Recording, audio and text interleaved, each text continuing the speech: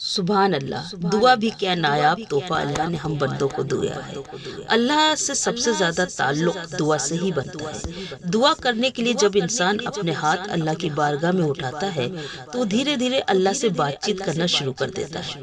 बाज दफा तो ऐसा होता है कि धर हमने दुआ मांगी और अल्लाह ने दुआ कबूल कर ली, लेकिन कभी कदार ऐसा भी होता है हम दुआ मांग रहे हैं, कभी तो जिंदगी खत्म हो जाती है लेकिन दुआ कबूल नहीं होती और हम सोचते हैं अल्लाह ने हमारी दुआ कबूल नहीं करी। लेकिन हम ये नहीं सोचते कि हो सकता है कि अल्लाह ने हमारी ये दुआ किसी और फॉर्म में कबूल कर ली हो। और बाज़ दफ़ा ऐसा ही होता है, हम दुआ मांग रहे हैं कि अल्लाह पाक हमारा ये काम हो जाए वो काम हो जाए, लेकिन नहीं हो रहा है, हम परेशान होने लगते हैं कि हम ये नहीं सोचते कि हमारे ऊपर कोई और बड़ी परेशानी आने वाली हो जिसे अल्लाह ने रोक दिया हो। तो कभी भी हमें ये चीज़ दिल में नहीं लानी चाहिए कि हमारी दुआ कबूल नहीं हो रही। हमें कभी भी मायूस होना ही नहीं चाहिए। दुआ कुछ दे ना दे लेकिन इत्मीनान तो जरूर देता है।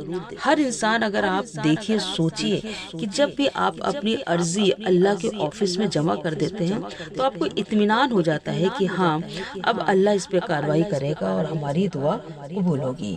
बेशक ऐसा ही होता है। हमें हमेशा अल्लाह से उम्मीद रखना चाहिए, कभी भी ना उम्मीदी नहीं रखना चाहिए और 24 घंटे में एक वक्त गिड़गिड़ा कर अपनी दुआ को जरूर मांगना चाहिए। दुआ मांगना जरूरी है।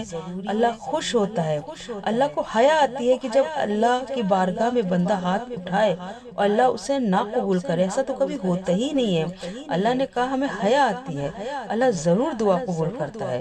और जो दुआएं कबूल इस दुनिया में नहीं हो रही हैं वो वहाँ अल्लाह के घर में इकट्ठा हो रही है, जो हमें क़यामत में उसको एक पहाड़ दिखाई देगा, हमें सोने का पहाड़ कहा जाएगा ये तुम्हारी दुआएं हैं जो यहाँ जमा हो गई हैं। सुभान अल्लाह। दुआ मांगते रहिए बंदों।